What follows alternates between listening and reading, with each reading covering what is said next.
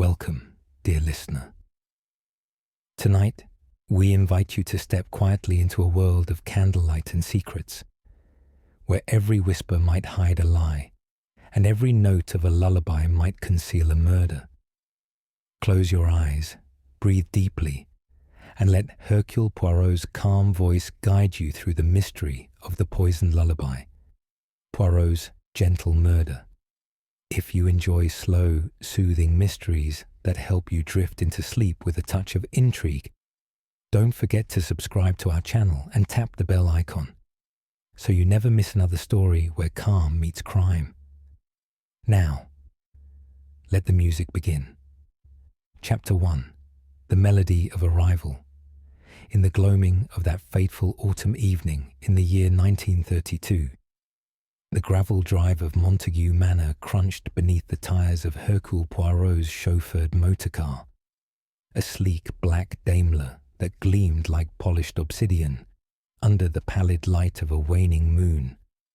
The little Belgian detective, impeccably attired in his patent leather shoes, tailored overcoat of finest wool, and a Homburg hat perched at a precise angle, stepped forth with the unhurried precision of a metronome marking the tempo of destiny. His moustache, waxed to an exquisite symmetry that bespoke both vanity and vigilance, twitched ever so slightly in the damp, chill air, as if the very atmosphere of the estate whispered secrets to his attuned senses. Montague Manor loomed before him, a bastion of Edwardian grandeur nestled amidst the fog-shrouded hills of Devonshire's rugged countryside. Its ivy-clad towers reached skyward like the fingers of some ancient brooding giant, and the mullioned windows flickered with the hesitant glow of gas lamps, casting elongated shadows that danced upon the manicured lawns like spectres at a midnight revel. Poirot had been summoned hither by a telegram from his old acquaintance, Inspector Japp of Scotland Yard, a man whose bluff, no-nonsense efficiency often served as a foil to the detective's more cerebral inclinations. The message had been terse, yet laced with an undercurrent of exasperation. Poirot, old chap. Rum business at Montague Manor. Lady Evelyn poisoned. Family a nest of vipers. Need your grey cells pronto. Japp, with his bulldog tenacity and propensity for straightforward arrests, had evidently encountered a puzzle that defied his customary methods. Poirot, ever the connoisseur of the enigmatic, had accepted the invitation with a faint smile. For what was life without the thrill of unravelling the human psyche's most labyrinthine convolutions? As he ascended the broad stone steps, flanked by marble lions whose carved eyes seemed to follow his every movement with predatory intent, the great oak door of the manor swung open with a creak that echoed through the vestibule like a sigh from the grave. There stood Mr. Reginald Jenkins, the butler, a tall, gaunt figure in his mid-50s, with hollow cheeks etched by years of servile discretion and eyes like polished obsidian, reflecting nothing yet, absorbing all. His livery was immaculate, starched to rigidity, yet there lingered about him an aura of suppressed volatility, as if the weight of unspoken grievances pressed upon his soul like an ill-fitted yoke. Jenkins had served the Montague household for nigh on 3 decades, his loyalty a veneer as thin as the silver plate he polished daily. Beneath it simmered a deep-seated resentment, born of a long-ago indignity. Lady Evelyn, in a fit of caprice during one of her operatic tour's aftermaths, had accused him falsely of pilfering a family heirloom, a sapphire brooch of considerable value. Though exonerated, the wound to his pride had festered, transforming deference into a mask for darker ruminations. Monsieur Poirot, Jenkins intoned with a frigid formality that bordered on the sepulchral, his voice a low timbre resonant with the manor's ancient echoes. The family awaits your presence in the drawing-room. A most lamentable affair, sir. Most lamentable indeed. Poirot inclined his head in acknowledgement, his cat-like green eyes appraising the butler with the acuity of a jeweller examining a flawed gem. "Indeed, mon ami," he replied in his accented English, each word enunciated with the elegance of a Bach fugue. "The death, it is always a tragedy that rends the fabric of existence. But the truth, the truth shall be revealed, like the dawn dispelling the mists of night. Lead on, if you please." They traversed the grand hallway, where portraits of Montague ancestors gazed down from gilded frames, their stern visages a testament to generations of aristocratic hauteur. The air was redolent with the scent of beeswax polish and fading roses from a crystal vase upon a sideboard, mingled with the faint, acrid tang of wood smoke from distant hearths. Jenkins moved with the silent grace of one accustomed to invisibility, yet Poirot noted the subtle tremor in the man's gloved hands, a psychological telltale, perhaps, of nerves frayed by proximity to calamity. The drawing-room unfolded before them as a symphony of opulent restraint. Crystal chandeliers suspended from coffered ceilings, casting prismatic refractions upon Persian rugs woven with intricate motifs of mythical beasts. Mahogany panels, etched with the familial crest. A rampant lion clutching a lyre lined the walls, and a grand piano stood sentinel in one corner, its ebony keys silent now, where once Lady Evelyn had coaxed forth arias that enchanted the salons of London and Paris. Yet tonight, an oppressive silence reigned, broken only by the inexorable ticking of a grandfather clock, its pendulum swinging like the scythe of Kronos himself. The room's atmosphere was thick with melancholy, as if the very walls mourned the loss of their mistress. Gathered within this sanctum were the principal players in this drama of demise, each a study in concealed turmoil, their faces illuminated by the flickering firelight that danced in the marble hearth.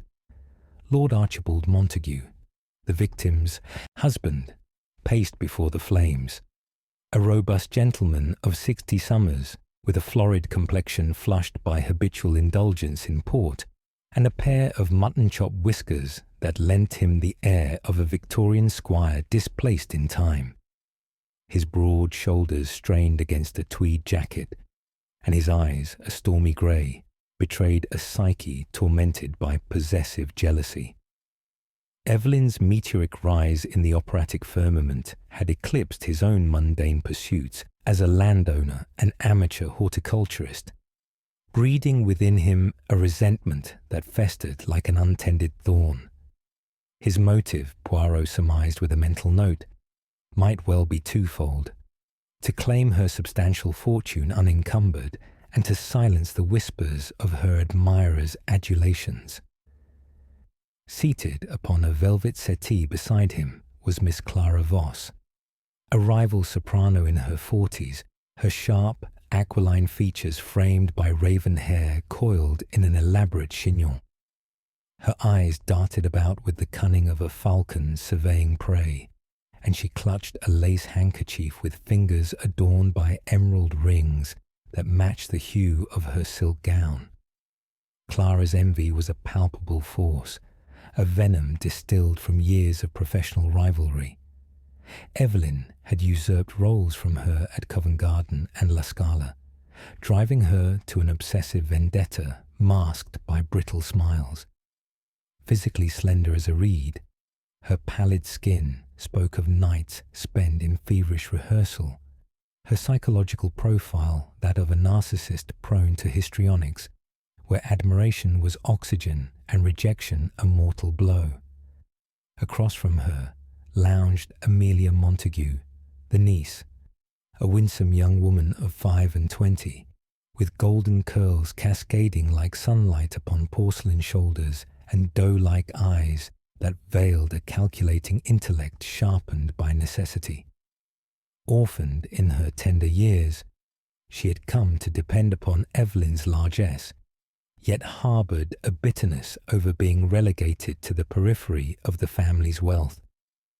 Clad in a modest frock of dove grey, her hands twisted in her lap, betraying an inner agitation. Her motive whispered of financial desperation, exacerbated by clandestine gambling debts incurred at the roulette tables of Monte Carlo. Debts that Evelyn had threatened to expose. Dr. Elias Hargrove, the family physician, occupied an armchair with the ease of one accustomed to authority, his portly frame encased in a frock coat, wire-rimmed spectacles perched upon a bulbous nose. His benevolent smile, crinkling the corners of his eyes, concealed a darker avarice. He had attended Evelyn for her bouts of insomnia, prescribing tonics that could readily serve as vessels for more sinister elixirs. Outwardly paternal, his psyche was laced with greed, entangled in shady investments, funded by the diversion of pharmaceuticals from his practice. Finally, lurking by the bay window like a shadow detached from its source, stood Mr. Thomas Blackwood, the groundskeeper, a burly figure of 40, with weathered skin etched by wind and rain, and calloused hands that spoke of toil amid the estate's verdant expanses. His eyes, dark and brooding under a thatch of unkempt hair, held the primal fire of unresolved vendetta. The grudge stemmed from Evelyn's fleeting affair with his late brother, a stable hand whom she had spurned after a season of passion, precipitating the man's descent into despair and eventual demise. Blackwood's motive was revenge, raw and unadorned, a force as elemental as the storms that battered Devon's cliffs. Poirot surveyed this assemblage with the detachment of an artist contemplating his canvas, his mind already weaving threads of observation into a tapestry of deduction. "Mesdames et messieurs," he commenced, his voice a silken thread cutting through the tension, "I am Hercule Poirot, the detective whose reputation, I trust, precedes him. Inspector Japp has enlisted my services to pierce the veil of this tragedy. Pray, recount for me the events of last night, that I may commence the exercise of my little grey cells." Lord Montague ceased his pacing, clearing his throat with a rumble akin to distant thunder. Evelyn retired early, complaining of a weariness that plagued her since her last performance in Vienna. She wound her music box, a cherished antique from her Viennese admirers, which played Brahms' Lullaby, to soothe her into slumber. In the morn, she was discovered, lifeless. Blue-tinged lips, no signs of struggle. The doctor pronounces it cyanide. Dr. Hargrove nodded gravely, adjusting his spectacles. Indeed, a swift and insidious poison. Administered how, precisely, remains obscured, perhaps in her evening tisane, or ingeniously within the music box itself. Clara Voss interjected, with a sharpness that cleaved the air. She had enemies aplenty in the operatic milieu. Jealousy, you see, is a venom more potent than any chemist's brew. Amelia dabbed at her eyes with a handkerchief, her voice a tremulous whisper. Aunt Evelyn was the epitome of kindness. Who could harbour such malice? Blackwood grunted from his vantage, his voice gravelly as the drive outside. Folk round these parts whisper of curses on the manor, old grudges from the Civil War days. Jenkins, having entered with a tray of tea service, poured with steady hands, though Poirot discerned that faint tremor anew, a harbinger of inner discord. As the interviews proceeded in measured cadence, Poirot requested a tour of the fatal chamber. Evelyn's boudoir was a sanctum of feminine elegance. Silk draperies in lavender hues, a four-poster bed canopied in lace, and upon the nightstand the music box, a ornate contrivance of gold filigree and enamel, its melody now tinny and forlorn when wound. A scrap of emerald fabric clung to the window-sill, as if torn in haste, a potential clue, or a deliberate misdirection. In the garden below, footprints marred the muddied earth, blurred by the night's drizzle, another layer of obfuscation. Poirot lingered, his fingers tracing the box's contours. "The lullaby," he murmured. To himself, "It sings of peace and repose, yet here it has become the accompaniment to murder most gentle." The evening deepened, shadows lengthening like fingers of accusation, as Poirot retired to ponder the mosaic of motives and deceptions. The chapter of arrival had closed, but the symphony of suspicion had only just begun its overture. Chapter 2. Whispers in the Shadows. The following morn dawned grey and sullen over Montague Manor, the mist clinging to its turrets like a shroud woven from the threads of unspoken sins. The relentless drizzle of the previous night had given way to a desultory patter upon the leaded panes, as if the heavens themselves wept for the departed Lady Evelyn. Hercule Poirot, ever the creature of habit and precision, had risen with the first pallid light, partaking of a modest breakfast in the Manor's morning room. Poached eggs upon toast, accompanied by a steaming café au lait, the aroma of which served as a balm to his contemplative spirit.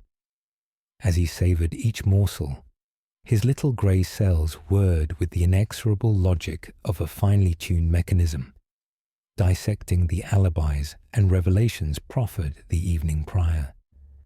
The poison, cyanide, a substance as swift as it was insidious, had claimed its victim in the guise of serenity, administered through the very instrument of her repose, the antique music box.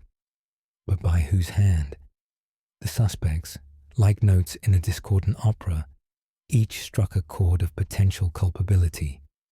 Poirot's reflections were interrupted by the arrival of Inspector Japp, who bustled into the room with the vigour of a man unaccustomed to the languid pace of rural estates.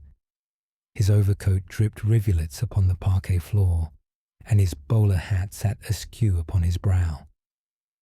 "Morning, Poirot," he grunted, accepting a proffered cup of tea with a nod. "Slept like the dead, pardon the expression. What have your famous cells cooked up overnight?" The detective dabbed his moustache with a linen napkin, his eyes gleaming with that peculiar intensity that betokened the hunt. "Ah, mon cher Japp, the night brings counsel, as the proverb goes. The alibis, they are like Swiss cheese, full of holes. We must probe them further with the delicacy of a surgeon's scalpel." Their discourse turned to the practicalities of investigation. Japp had dispatched constables to canvass the village for any whispers of unusual purchases.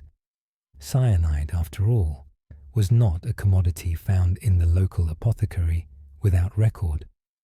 Meanwhile, Poirot proposed a systematic re-examination of the suspect's testimonies, commencing with Lord Archibald Montague.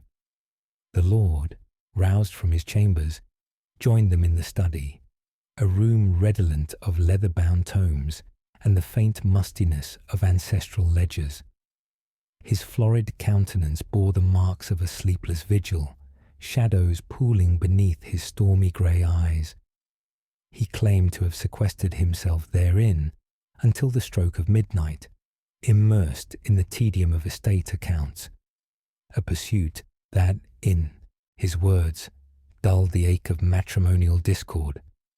Yet Poirot, with his unerring eye for inconsistency, noted a discrepancy.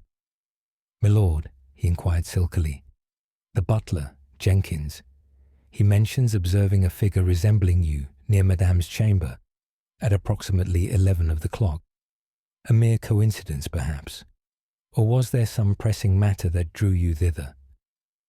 Lord Montague's whiskers quivered with indignation, his broad hands clenching upon the armrests of his chair. "Preposterous! Jenkins must be mistaken. The man's eyesight fails with age. I was here, buried in figures, as Evelyn. as she prepared for her eternal slumber. His voice cracked upon the final utterance, a psychological fracture that Poirot filed away. Was it genuine grief, or the artifice of a guilty conscience? The Lord's possessive jealousy, a motive as old as Othello's, simmered beneath his bluster. Evelyn's fame had rendered him a mere footnote in her glittering narrative, fostering resentment that could curdle into lethal intent. Undeterred, Poirot ventured outdoors, the mist enveloping him like a conspirator's cloak. The gardens of Montague Manor were a verdant labyrinth, box hedges trimmed to geometric perfection, and rose bushes heavy with dew-laden blooms. Here he encountered Mr. Thomas Blackwood, the groundskeeper, who was methodically pruning the thorny stems with shears that glinted ominously in the subdued light.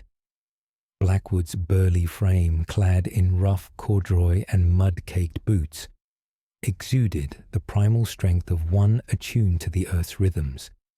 His weathered face, etched with lines like furrows in fallow soil, twisted into a scowl at Poirot's approach. "Morning, sir," he growled, his voice as gravelly as the paths he tended. "What brings a fancy detective like yourself out in this muck?" Poirot smiled benignly, undaunted by the man's brusque demeanour. "Merely a desire to comprehend the lay of the land, monsieur. You, who know every shadow and secret of these grounds, did you perchance observe anything untoward last eve? The lullaby from Madame's window, perhaps?" Blackwood paused, his calloused hands tightening upon the shears. "Aye, I heard it, faint-like, drifting over the lawns round 10. Then naught but the wind. Folk say the manor's cursed, you know, from the old days, when Montagues feuded with neighbours." His eyes darkened, a psychological storm brewing within. The grudge against Evelyn, stemming from her spurned liaison with his brother, was a wound suppurating with vengeful ire. Yet Blackwood's alibi held. He had been in his cottage, mending tools, corroborated by a neighbour's testimony. Poirot noted, however, the size of the man's boots, broad and heavy, matching the blurred footprints in the garden mud. A red herring, perhaps, or evidence of nocturnal prowling. Returning indoors, Poirot sought Miss Clara Voss in the conservatory, where exotic orchids bloomed in humid profusion, their petals unfurling like secrets long concealed. Clara, attired in a gown of emerald silk that accentuated her pallid complexion, was practicing scales upon a small clavichord, her voice a trill of calculated precision. Yet her sharp features betrayed agitation, her avian eyes darting as if expecting ambush. "Mademoiselle Voss," Poirot began, seating himself upon a wicker chair, "your rivalry with the late Lady Evelyn, it is the stuff of operatic legend. Pray, elucidate your whereabouts last night." She ceased her vocalizations, her fingers hovering above the keys like talons. "I retired to the guest wing after supper, rehearsing my arias until fatigue claimed me. Evelyn's voice was overrated, you know. Mine holds the true passion, untainted by her frivolities." Her words dripped with envy, a venom more subtle than cyanide. Poirot's keen observation unearthed a clue, a discarded cigarette butt in the garden, bearing the imprint of Gauloise's, her preferred vice, near the incriminating footprints. "A nocturnal stroll, perhaps?" he probed. Clara flushed, her narcissistic facade cracking. "Merely to clear my mind. The air here is stifling with intrigue." A misdirection, or damning complicity. Next, Amelia Montague was summoned to the morning room, where she perched upon a chaise longue like a fragile bird, her golden curls dishevelled and her doe-like eyes rimmed with the redness of feigned sorrow. "Uncle Archibald is distraught," she murmured, twisting a handkerchief in her lap. a behavioral pattern of deception, Poirot noted, for her fingers betrayed no true tremor of grief. Aunt Evelyn was my guiding light. Yet lights can cast shadows, mademoiselle, Poirot countered gently. Your debts, they mount like the tides of the Devon coast. A letter discovered in her effects speaks of disinheritance. Amelia's composure faltered, tears welling artfully. A misunderstanding. I adored her. But the timeline betrayed her. She had been overheard slipping a note beneath Evelyn's door at 9, its contents unknown. Financial desperation, veiled by filial affection, painted her as a suspect most plausible. Dr. Elias Hargrove was found in the library, perusing a volume on toxicology with an air of scholarly detachment. His portly frame settled into a leather armchair, wire-rimmed spectacles glinting as he regarded Poirot. A tragic loss, he intoned paternally. My tonics for her insomnia were benign, mere laudanum derivatives. Yet his hands bore faint chemical stains, physical evidence of recent handling of more potent substances. His psychological profile revealed a man of suppressed ambitions, resenting his confinement to rural maladies, while Evelyn's patronage funded his shady ventures. The music box, he mused, could have concealed the poison, inhaled or absorbed. A clue or self-incriminating speculation? Finally, Poirot confronted Jenkins once more, in the butler's pantry amid gleaming silver and crystal. The gaunt servant polished a decanter with mechanical precision, his obsidian eyes evasive. You harbour resentment, mon ami, Poirot observed. The false accusation, it scars the soul like acid upon flesh. Jenkins stiffened, his voice a whisper of controlled fury. A trifling matter, sir, long interred. Madame apologized upon her return from Tours. But Poirot discerned the lie in the butler's tremor, a psychological harbinger of deeper malice. As the afternoon waned, Poirot wandered the grounds anew, unearthing a shard of glass vial amid the rose bushes, discarded hastily, its residue hinting at cyanide. Timeline inconsistencies proliferated. Clara's scales had ceased at 10, yet Amelia swore to hearing them till 11. Lord Montague's ledger entries bore ink still fresh, suggesting fabrication. In the solitude of the library, Poirot pondered. Hidden motives intertwined like the Manor's ivy. Avarice for some, vengeance for others, secrets binding all in a web of whispers. The shadows lengthened, portending revelations yet to come. Chapter 3. The Discordant Notes. Midday brought a deluge upon Montague Manor, the heavens unleashing a torrent that drummed upon the slate roof like the insistent rhythm of an accusatory drumbeat. The relentless rain confined the inhabitants to the echoing halls and chambers of the estate, transforming the once grand edifice into a gilded cage where suspicions festered and alibis crumbled under scrutiny.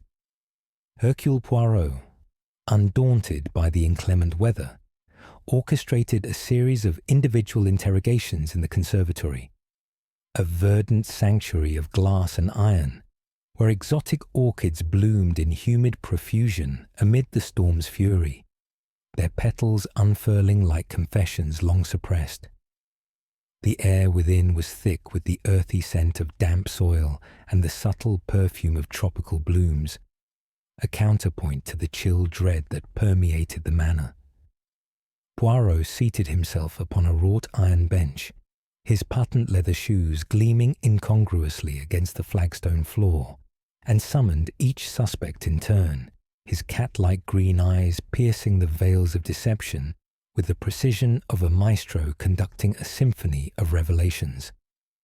First to face the detective's inquisition was Lord Archibald Montague, who entered the conservatory with the lumbering gait of a man burdened by more than his corpulent frame. Rain lashed the glass panes, casting rivulets that distorted the view of the sodden gardens beyond, much like the distortions in the Lord's narrative. His mutton chop whiskers quivered as he settled into a chair opposite Poirot, his florid complexion heightened by a flush of unease. "This infernal weather mirrors my soul's torment," he muttered, his voice a rumble akin to the thunder that rolled across the Devonshire hills. Poirot, ever the epitome of composure, inclined his head sympathetically. "Milord, the storm without pales beside the tempest within. Let us revisit your account. You claim immersion in ledgers until midnight, yet the ink upon those pages, it was fresh as dawn's dew when examined. A fabrication, perhaps, to conceal a nocturnal visit to your wife's chamber." Lord Montague's eyes widened, stormy grey orbs reflecting a psyche fractured by jealousy, a motive as ancient as the Manor's foundations. Evelyn's operatic triumphs had relegated him to the shadows, her admirers' bouquets a constant thorn in his possessive heart. "Absurd," he blustered, his broad hands clenching into fists. "I may have wandered the halls in restlessness. Our marriage was strained, her flirtations at those damn galas. I endured for love, but endurance has its limits." His confession erupted like a geyser, revealing an ultimatum delivered via a torn letter discovered in his desk. Divorce or financial ruin, for Evelyn's fortune was her own, amassed through her celestial voice. Poirot noted a physical clue, a monogrammed cufflink, gold and engraved with the Montague crest, found near the music box in Evelyn's boudoir. "This bauble, milord, it places you at the scene."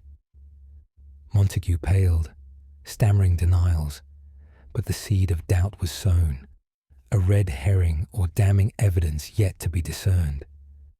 No sooner had the Lord departed, his footsteps echoing like receding thunder, than Miss Clara Voss swept into the conservatory, her emerald silk gown whispering against the flagstones like a serpent's glide. Her sharp, aquiline features were taut with defiance, her raven hair coiled in a chignon that bespoke rigid control over a tumultuous spirit. She perched upon the bench with the poise of a diva awaiting her cue, yet her avian eyes darted nervously toward the rain-smeared windows. "Monsieur Poirot," she intoned, her voice a trill laced with acid, "must we dredge this mire anew? I was in the guest wing, honing my scales. Evelyn's repertoire was passé, mine innovative." Poirot's moustache twitched, a barometer of his inner calculations. "Mademoiselle, your envy. It sings a duet with ambition. The cigarette butt in the garden, your Gauloise's brand, places you abroad at the hour of the crime. And this scrap of emerald fabric, snagged upon the windowsill, it matches your gown precisely." Clara's pallid skin flushed, her narcissistic psyche recoiling from the accusation like a prima donna from a flat note. Torn accidentally during a stroll, I envied her acclaim.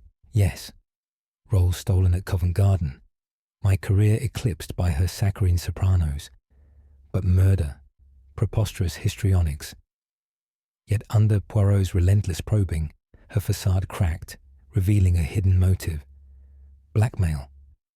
A diary entry in Evelyn's hand exposed Clara's threats, demands for hush money over a fabricated scandal that could tarnish the rival's reputation. Psychological clues abounded.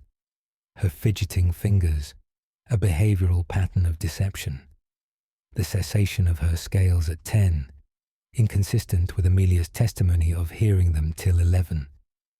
Was the fabric a deliberate plant? A misdirection to implicate herself and thereby exonerate? Poirot filed the paradox away, the conservatory's humid air thickening with intrigue. Amelia Montague followed, gliding into the space like a wraith, her golden curls dampened by the ambient moisture and her dove-grey frock clinging modestly to her slender form. She seated herself with feigned fragility, her doe-like eyes brimming with artful tears that masked a calculating intellect honed by adversity. "Monsieur, this ordeal unravels me," she whispered, twisting her handkerchief. "A telltale sign of inner agitation," Poirot observed, "for true grief manifests in stillness, not theatrics. Aunt Evelyn was my beacon in this shadowed world." The detective leaned forward, his voice a gentle probe. "Yet beacons can illuminate uncomfortable truths, mademoiselle. Your gambling debts, they spiral like the vines upon these walls. A note slipped beneath her door at 9, perhaps laced with poison, or a plea for mercy." Amelia's composure faltered, her tears now genuine rivulets mirroring the rain outside. Orphaned and dependent, her bitterness over Evelyn's parsimony had curdled into desperation. The disinheritance threat, detailed in a concealed letter, loomed like a guillotine. "A misunderstanding. I begged for aid, not harm." But the timeline betrayed her. Seen lingering near the boudoir, her smaller footprints overlaying Blackwood's in the garden mud. A clue suggesting collaboration or cunning forgery. Her psychological profile revealed a survivor, prone to manipulation, her feigned affection a veil for avarice. Red herrings proliferated, a forged will benefiting her, but predating the murder by weeks. Poirot pondered, innocence or a masterful misdirection. Dr. Elias Hargrove entered next, his portly frame navigating the conservatory's narrow paths with the caution of one accustomed to bedside vigils. His wire-rimmed spectacles fogged slightly in the humidity, and he wiped them with a handkerchief before settling opposite Poirot, his benevolent smile a mask for underlying avarice. "A dreary day for deductions, monsieur," remarked paternally, his voice smooth as laudanum. "My tonics were harmless palliatives for her insomnia." Poirot's eyes narrowed. "Yet your hands, doctor, they bear the faint stains of chemicals, residues of cyanide perhaps, and your medical bag, upon inspection, yields traces in a vial." Hargrove's jovial facade cracked, his suppressed ambitions bubbling forth like a potion over flame. Resentful of his rural obscurity, he had entangled himself in shady investments, funded by diverted prescriptions. Evelyn's affair with him, a secret unearthed from her diary, provided leverage for extortion. Mere coincidence, the music box's mechanism, ideal for concealing poison, inhaled during the lullaby. His speculation rang self-incriminating, a psychological slip revealing greed's grip. Motive. Silence her before she exposed their liaison and his embezzlements. Mr. Thomas Blackwood was last, his burly form dripping rainwater as he stomped in, calloused hands, clenched like roots, unearthed. "What now, detective?" he growled, his weathered face a map of primal grudges. "I ain't one for fancy talks." Poirot probed. "Your revenge, monsieur. It burns like peat fire. Footprints matching your boots lead to the shed, site of the discarded vial." Blackwood's eyes blazed. "Revenge? Aye, for me, brother, broken by her whims. But poison? That's sly work, not mine." A twist emerged. Not just fraternal loyalty, but personal rejection. Evelyn had spurned him too. Yet his brute nature suggested misdirection towards subtler culprits. Jenkins hovered peripherally, his gaunt figure serving refreshments, his tremor a persistent clue. Poirot discovered more. Footprints to the shed, overlaid. Evelyn's diary unveiling affairs, blackmails, threats. The chapter crescendoed as Poirot, alone amid the orchids, assembled the discordant notes. The lullaby harmonizes deception, but the grey cells, they shall compose the truth. Chapter 4. The Crescendo of Suspicion. As twilight descended upon Montague Manor like a velvet curtain drawn across the Devonshire hills, the tensions within its walls simmered like a cauldron over a low flame, bubbles of accusation rising to the surface with increasing fervour. The deluge of midday had abated to a desultory drizzle, leaving the garden sodden and the air heavy with the scent of wet earth and decaying leaves, an olfactory symphony that mirrored the rot of secrets festering among the inhabitants. Hercule Poirot, the diminutive Belgian detective whose intellect towered over the assembled suspects, paced the drawing-room with measured steps, his patent leather shoes clicking upon the Persian rugs like the ticking of a metronome counting down to revelation. His moustache, that exquisite barometer of his cerebral exertions, twitched intermittently, as if attuned to the undercurrents of deceit swirling about him. The room, illuminated by the flickering glow of gas lamps and the dying embers in the marble hearth, cast elongated shadows that danced upon the mahogany panels, transforming the space into a stage for the crescendo of suspicion.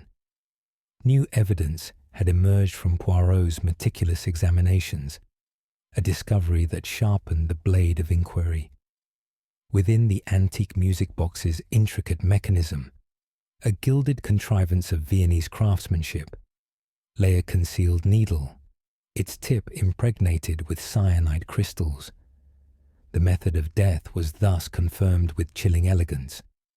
As Lady Evelyn had wound the key to summon Brahms' Lullaby, the needle had pricked her finger, injecting the poison in a manner as gentle as a lover's caress, yet as fatal as a serpent's strike. The lullaby had played on, masking her final convulsive gasps with its melodic serenity. A murder most poetic, Poirot murmured to Inspector Japp, who had rejoined him after conferring with his constables. The perpetrator, he or she, possesses a mind both artistic and malevolent. Japp nodded, his bowler hat perched upon a side table like a sentinel. Rum show, Poirot. That needle could have been planted by anyone with access to the boudoir.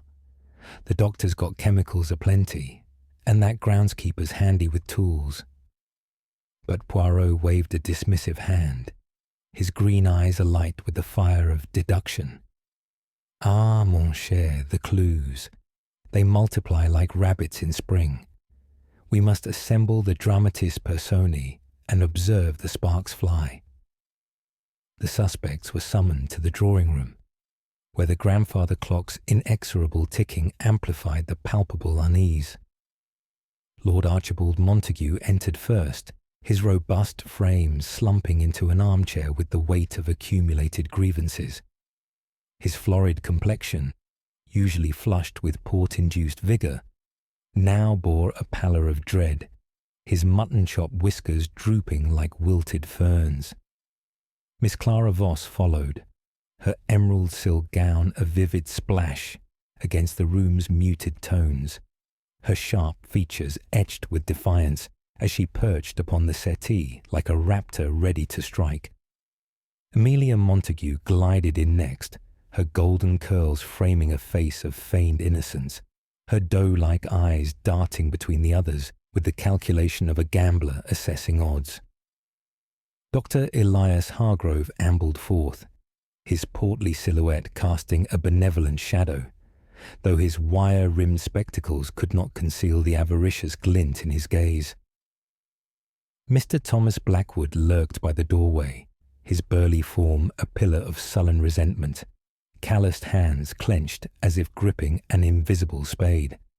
Finally, Mr. Reginald Jenkins, the gaunt butler, materialized with a tray of sherry, his obsidian eyes evasive, his movements precise yet betrayed by that persistent tremor, a psychological harbinger of inner turmoil.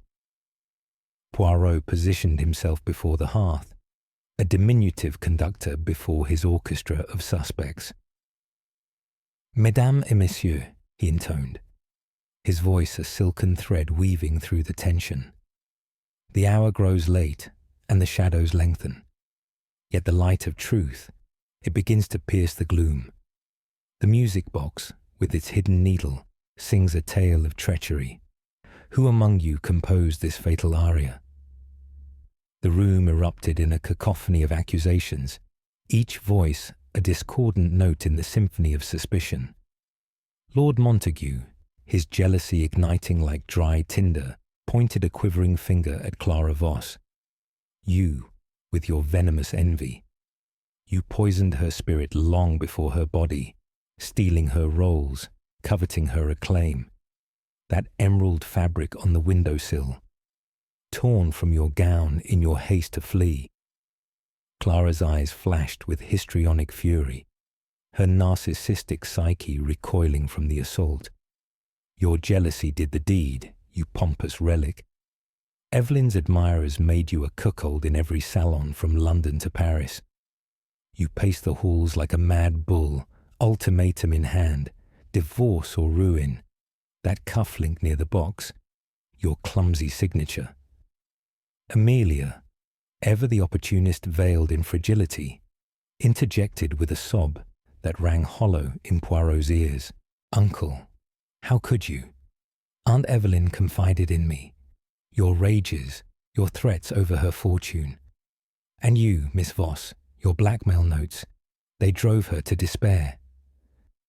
Her tears flowed artfully, but Poirot noted her fidgeting fingers, a behavioral pattern of manipulation honed by desperation. Dr. Hargrove raised his hands in a paternal gesture of conciliation, his voice smooth as one of his dubious tonics. Calm. All. Let science prevail over hysteria.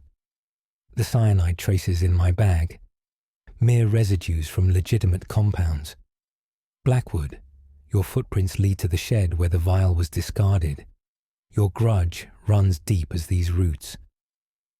His benevolent smile masked the greed that had entangled him in Evelyn's secrets, his affair a leverage turned liability. Blackwood grunted, his primal rage boiling forth like steam from Devon's geysers. Science? Bah, you quacks with your potions. You poisoned her yourself, Doc, to hush your trysts. And you, Missy, he snarled at Amelia, slipping notes like a thief in the night, begging for coin to feed your gambling vice. A twist in his motive unveiled itself in his heated words. Not merely fraternal revenge, but personal rejection. Evelyn had spurned his own clumsy advances years prior, wounding his rough-hewn pride more deeply than any brother's loss. Jenkins, serving the sherry with mechanical grace, remained silent, but his tremor worsened, the glasses clinking faintly, a sign of guilt's erosion upon his stoic facade. Poirot interjected, his presence commanding silence like a maestro's baton. Mes amis, the clues. They mount like a crescendo. The emerald fabric, Clara's, yes, but planted perhaps to implicate. The footprints, Amelia's overlaying Blackwood's, suggesting forgery or alliance. The vial shard, Hargrove's chemical stains match its residue. The cufflink, Lord Montague's, lost in haste. Yet the mind of Hercule Poirot sees beyond these superficial notes. Red herrings abounded, each a deliberate misdirection in the killer's score. A forged will benefiting Lord Montague, its ink predating the murder by months, thus exonerating rather than condemning. A discarded cigarette butt, Clara's brand, but stubbed out hours before the crime. A temporal inconsistency. Behavioral patterns sharpened the focus. Jenkins' worsening tremor, a psychological unraveling under pressure. Blackwood's overt aggression, a brute's camouflage for subtler wounds. Poirot orchestrated a confrontation, questioning each in turn, exposing lies like peeling layers from an onion. The lullaby commenced at 10:15, as per the maid's testimony, yet alibis falter. "My lord, Your ledger entries bear ink too fresh for midnight toil. Mademoiselle Voss, your scales ceased abruptly, not lingering as claimed. Mademoiselle Montague, the note you slipped, its paper bears traces of your perfume, a damning scent. Doctor, your affair, detailed in Evelyn's diary, provided motive for silence. Monsieur Blackwood, your personal spurning adds a verse to your vengeful ballad. And you, Jenkins, your resentment, born of false accusation and spurned affection, simmers longest. The butler's tray slipped slightly, sherry spilling like blood upon the rug. Sir, he stammered. But Poirot pressed on. The music box. You repaired it days prior, with access to insert the needle. Your tremor. It betrays the hand that wound death's key. Accusations flew anew, the room a maelstrom of recriminations. Clara hurling barbs at Amelia's debts. Hargrove deflecting with scientific jargon. Blackwood muttering curses upon the aristocracy. Yet Poirot stood serene, his grey cells assembling the puzzle's edges. Hidden motives intertwined. Money for Amelia and Hargrove. Revenge for Blackwood and Jenkins. Jealousy for Montague and Clara. Each a thread in the web. As the clock struck 9, the confrontation peaked, alibis crumbling like ancient battlements. The truth, Poirot declared, it approaches like the dawn, but first, the night must deepen its shadows. The suspects dispersed, unease lingering like fog, the crescendo building toward the final aria. Poirot retired to ponder, the Manor's whispers echoing his thoughts. Who among them had composed the poisoned lullaby? Chapter 5. The final aria. The storm that had raged over Montague Manor abated as abruptly as it had arisen, leaving the night sky a canopy of piercing stars that twinkled like diamonds scattered upon black velvet. The relentless drizzle had ceased, replaced by a crisp autumnal chill that seeped through the cracks of the ancient edifice, as if the very elements conspired to clear the stage for the final act in this drama of deception and demise. Within the Manor's hallowed halls, the air hummed with an electric anticipation, the kind that precedes the unveiling of truths long shrouded in shadow. Hercule Poirot, that unparalleled sleuth whose little grey cells had orchestrated symphonies of deduction across continents, had summoned the suspects once more to the drawing-room, a sanctum now transformed into a court of revelation. The grandfather clock struck 10, its chimes resonating like the tolling of fate, as the assembled cast took their places amid the flickering candlelight and the lingering scent of spilled sherry from the previous evening's tumult.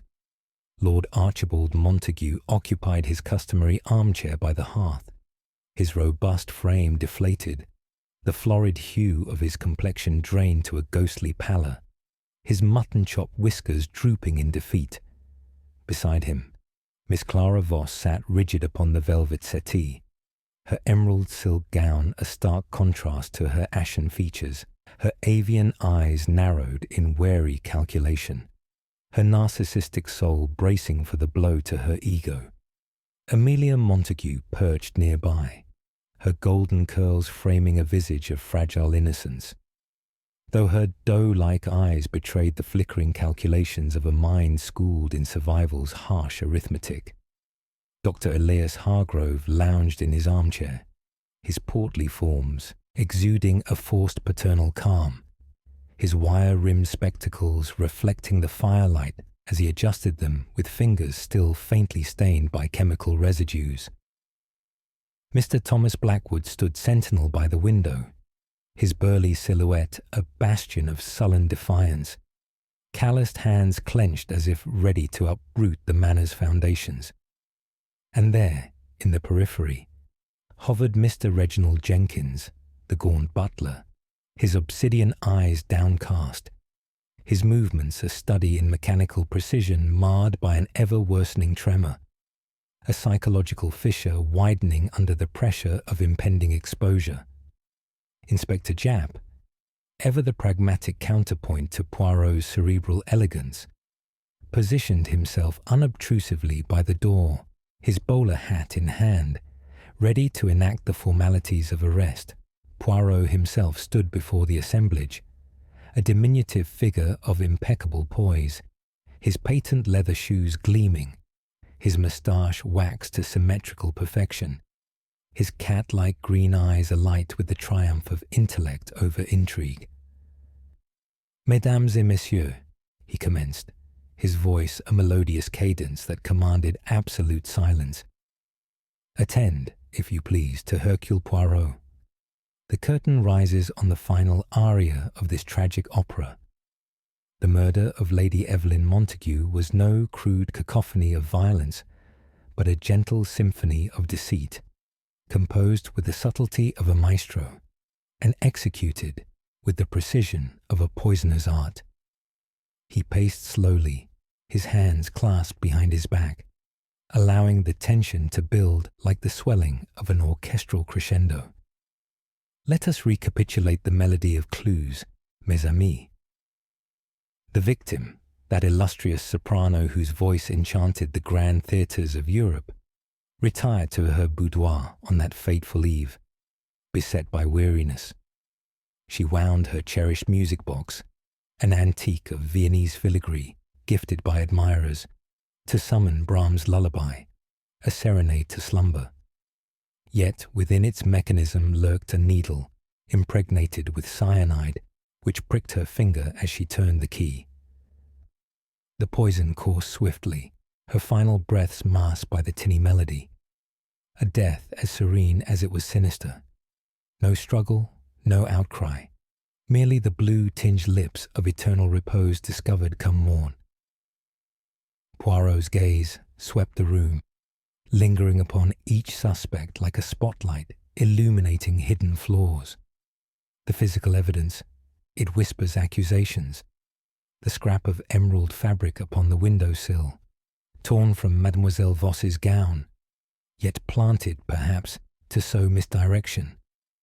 The footprints in the garden mud, blurred by rain, matching Monsieur Blackwood's boots, yet overlaid with smaller impressions akin to Mademoiselle Montague's dainty steps, a forgery to implicate the innocent or divert from the guilty.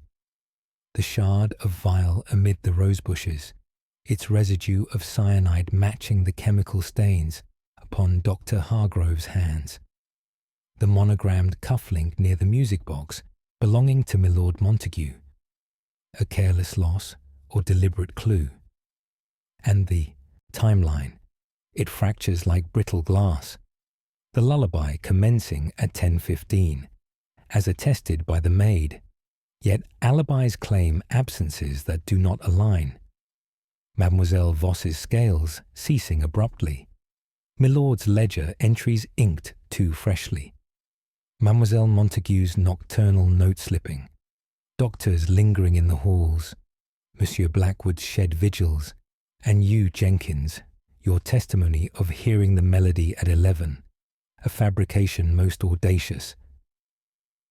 The butler's tray, which he had set upon a sideboard, rattled faintly as his tremor intensified, drawing Poirot's piercing scrutiny. Ah, but the psychological clues. They compose the harmony beneath the discord. Lord Montague, your possessive jealousy, a motive as timeless as Shakespeare's tragedies, festered from Evelyn's eclipsing fame. Her admirers a constant gall. Yet your bluster conceals no true cunning for such subtlety.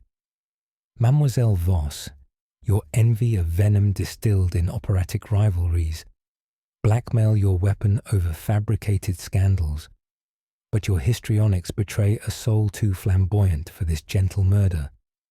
Mademoiselle Montague, your financial desperation, debts mounting like autumn leaves, disinheritance looming. Yet your tears ring hollow, your manipulations too overt for this veiled artistry. Dr. Hargrove, your avarice entangled in shady ventures, your affair with Evelyn a secret ripe for extortion. But your paternal facade cracks under science's weight, not poison's whisper. Monsieur Blackwood, your primal revenge, for brother and self, spurned by her caprice, burns hot as forge fire, yet poison demands a cooler intellect, not your brute hands. Poirot halted before Jenkins, his voice dropping to a silken whisper that cut like a stiletto. And you, mon ami, the butler, ever in the shadows, observing all with those obsidian eyes, your resentment, born of that false accusation of theft years ago, simmered like a slow poison. But the grey cells of Hercule Poirot discern the deeper note. Not mere pride wounded, but a secret affair with Evelyn herself, kindled in her youth before fame's siren call. She promised eternity in stolen moments amid the manor's alcoves, yet abandoned you for the spotlight, spurning your devotion like a discarded libretto. Revenge, then, not crude, but gentle, mirroring the lullaby she cherished. You, who repaired the music box days prior, inserted the needle with servant's access and mechanic's precision. You discarded the vial in haste, your tremor the echo of guilt's erosion. The planted clues, fabric, footprints, cufflink, red herrings to scatter suspicion like autumn leaves. Your lie of the 11 o'clock melody seals it. You wound the box post-mortem to falsify the timeline. Jenkins paled, his gaunt frame crumpling like parchment in flame, the tremor now a quake that shattered his stoic veneer. Impossible, he rasped, yet his voice cracked, the facade dissolving. The room held its breath as Poirot pressed, relentless as the tide. The mind does not err, Jenkins. Your psychological profile, the suppressed volatility, the meticulous nature twisted to malice, betrays you. Confess, mon ami, and let justice harmonize the discord. The butler sank to his knees, tears tracing rivulets upon his hollow cheeks. She was my aria, my everything. Promised we'd flee together after her tours. But fame corrupted her, left me in servitude's chains. I couldn't bear her dalliances, her indifference. The lullaby. It was our song once. I made it her last. Sobs racked him, a confession wrung from the depths of a broken soul. Japp stepped forward, cuffs at the ready, his bluff efficiency a balm to the emotional maelstrom. Reginald Jenkins, you're under arrest for the murder of Lady Evelyn Montague. Poirot bowed slightly, his work complete. The lullaby ends, mes amis, but truth endures like the stars above. Justice, it is served, not with clamour, but with the gentle certainty of deduction. As the constables led Jenkins away, the suspect dispersed in stunned silence, the manor's shadows retreating before dawn's promise. Poirot lingered, gazing at the music box upon the mantel, its melody forever silenced. Dear listener, thus concludes the poisoned lullaby, Poirot's gentle murder. In the labyrinth of the human heart, even the gentlest souls may harbour tempests. Until our next sojourn into mystery, fare thee well. Should your own grey cells unravel further enigmas, share them in the ether below.